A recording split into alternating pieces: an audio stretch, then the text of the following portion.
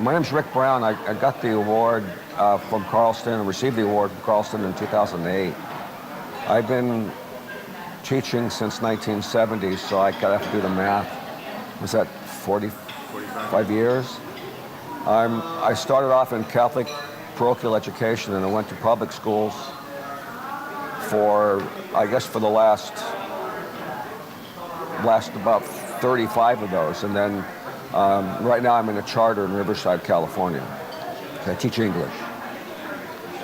The question that I responded to the most was why I became a teacher and how. And the second part of that was what's the most rewarding aspect of it.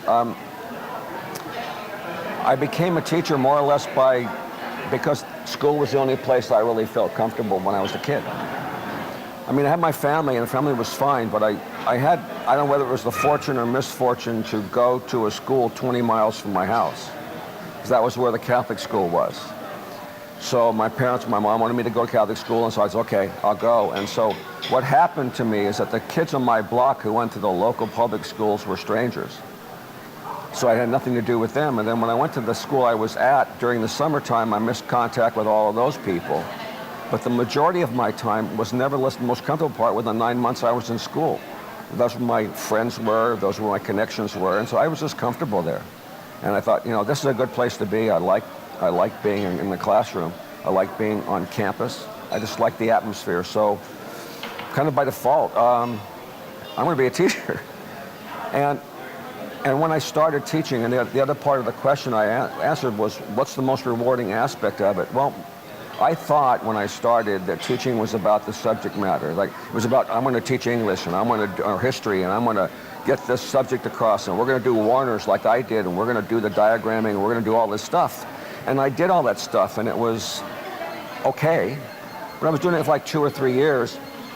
And one day, a couple of students who were close to graduation came up to me out of nowhere, and they said thank you to me, and I wondered, what are you thanking me for? I mean, it was just like, and he said, because I cared. Not just about my subject, which was part of the deal, but they said, I cared about them. And I thought that was interesting. I never heard about that before, and I never thought about it before. I thought it was just about academics.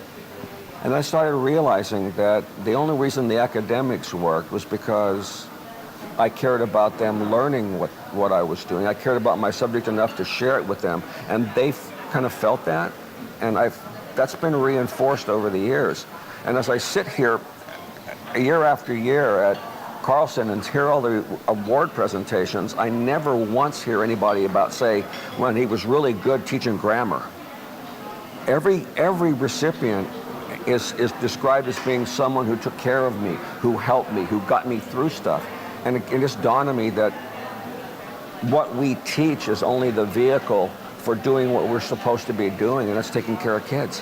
It's like, and that to me is the most rewarding aspect of teaching at all, that I get to communicate with kids. And the other thing is that they don't realize, it was also said again last night, they give me more than I ever give them in terms of that sense of fulfillment, and that's what keeps me going back. Sometimes I compare it to a hacker making one golf shot in round 18. It's like, well, I did that well, I'll come back again and do it again tomorrow, maybe, but it's that singular reward, even if it doesn't come all the time, it's that one thing that keeps you going back, that one grateful smile on a kid's face, or that thank you, or that, gee, you really meant a lot to me, or one student said, in her valedictorian address, I was just amazed. She said that I helped share my love of my subject with them and made them care about it. And that comes back to that same word, care. So it's not really about my subject anymore. I mean, I love my subject, I love what I teach, but it's my way to get through to them, make them better people, and make me a better person. So I learn from them as much as they learn from me. So I really don't measure it. I think you can measure being an effective teacher by test results, by scores on standardized tests. But all that's important. But no one here has ever said, whether she got me through the SAT exam or that person really helped me pass the bar. I mean, they became successful because of what they shared from inside. and that's what keeps me going.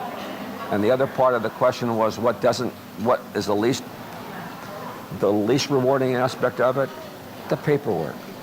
The constant putting up with the data. And I know they're important stuff, but it's all the extra stuff that you do that takes you away from dealing with the kids. And that, to me, is the real negative part of it. If I could find a way to teach without having to do that stuff, I'd do it until hell freezes over, because it's the greatest job in the world.